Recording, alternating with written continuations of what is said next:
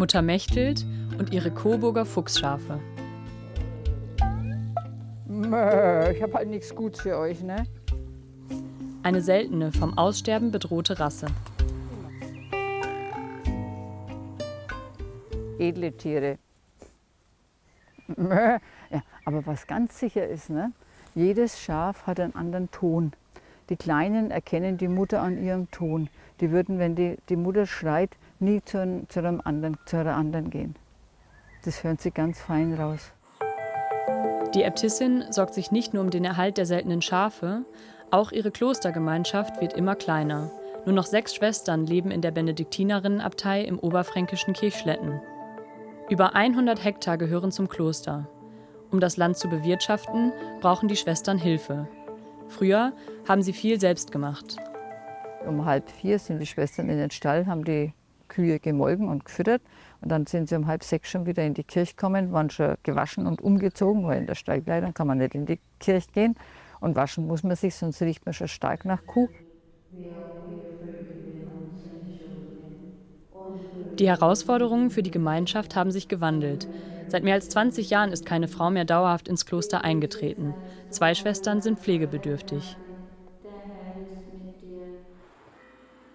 Mutter Mechthild packt an, wo sie gebraucht wird. Das hat sie so gelernt. Ja, ich weiß, wie man zum Beispiel eine Gabel anpacken muss, die Hebelwirkung. Ne? Wenn ich die da vorne anpacke, dann ist das schon schwer, wenn ich was gabeln will. Wenn ich sie da hinten anpacke, dann kann ich das so schmeißen. Früher haben die Schwestern über 300 Tiere versorgt. Kühe und Schweine, Hasen und Hühner haben hier gelebt. Heute stehen die Ställe leer. Geblieben sind nur die Coburger Fuchsschafe. Noch 15 von ihnen beweiden die Obstwiese des Klosters. Von den Schafen wollen sich die Schwestern nicht trennen. Für Mutter Mechthild ist das ein Beitrag zur Bewahrung der Schöpfung. Ja, die Schafe sind ja ganz biblische Tiere. Und dann bei der Geburt Jesu sind ja auch im Stall zu Bethlehem, waren ja auch die Schafe mit die ersten, die dort waren. Und dann hat er doch angeblich auch ein Schaffell gekriegt, ne? Die Wolle der Coburger Fuchsschafe ist grob, ihr Fleisch mager. Sie zu halten, kaum wirtschaftlich. Die Art ist seit Jahren bedroht. Genau deshalb wollen die Schwestern die Schafe erhalten. Das schaffen sie allerdings nicht mehr alleine. Dann haben wir gesagt, im Winter tun wir unsere Schafe einem Schäfer anvertrauen. Das soll es mit zu seiner Herde tun. Und im Frühjahr kriegen wir wieder welche, damit wir welche zum Beweiden haben. Für die Schafe haben die Schwestern vorerst eine Lösung gefunden. Nachwuchs fürs Kloster zu finden, ist schwieriger. In den sozialen Medien teilt Mutter Mechthild Bilder aus dem Klosteralltag, doch bisher ist niemand eingetreten. Auch Mutter Mechthild hatte erst nicht vor, Ordensschwester zu werden.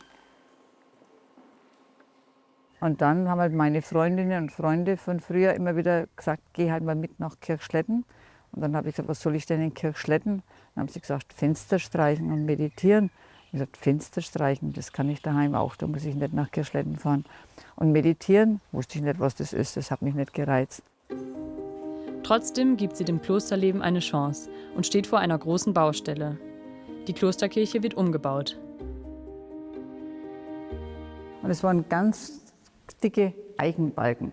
Und die waren dann freigestanden.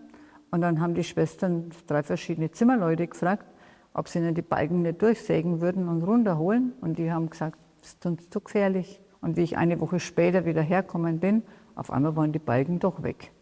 Und dann habe ich gefragt, ja, wer hat denn das jetzt gemacht? Dann haben sie gesagt, die Schwestern. Der Zusammenhalt und der Tatendrang der Schwestern beeindruckt sie so sehr, dass sie bleibt. Ja, das war herausfordernd, aber sehr schön zu wissen, ich darf an einer Kirche mitbauen. Und dass ich da eines Tages einmal eintrete, das habe ich damals auch nicht gewusst. Und dass ich, nee, das wäre nie nicht in meinen schönsten Träumen, wäre mir das eingefallen. 2011 wird sie dann selbst Äbtissin und steht im Kloster seither vor. Also den Hirtenstab habe ich deshalb, weil ich eine Hirtin sozusagen für meine Schwestern bin. Ich bin verantwortlich für sie. Ich muss dafür sorgen, dass sie das alles bekommen, was sie für ihr Leben brauchen. Und vor allen Dingen fürs geistliche Leben. Als Hirtin sucht Mutter Mechthild immer wieder nach Lösungen. Nicht nur für die Schafe, sondern auch für ihre Klostergemeinschaft.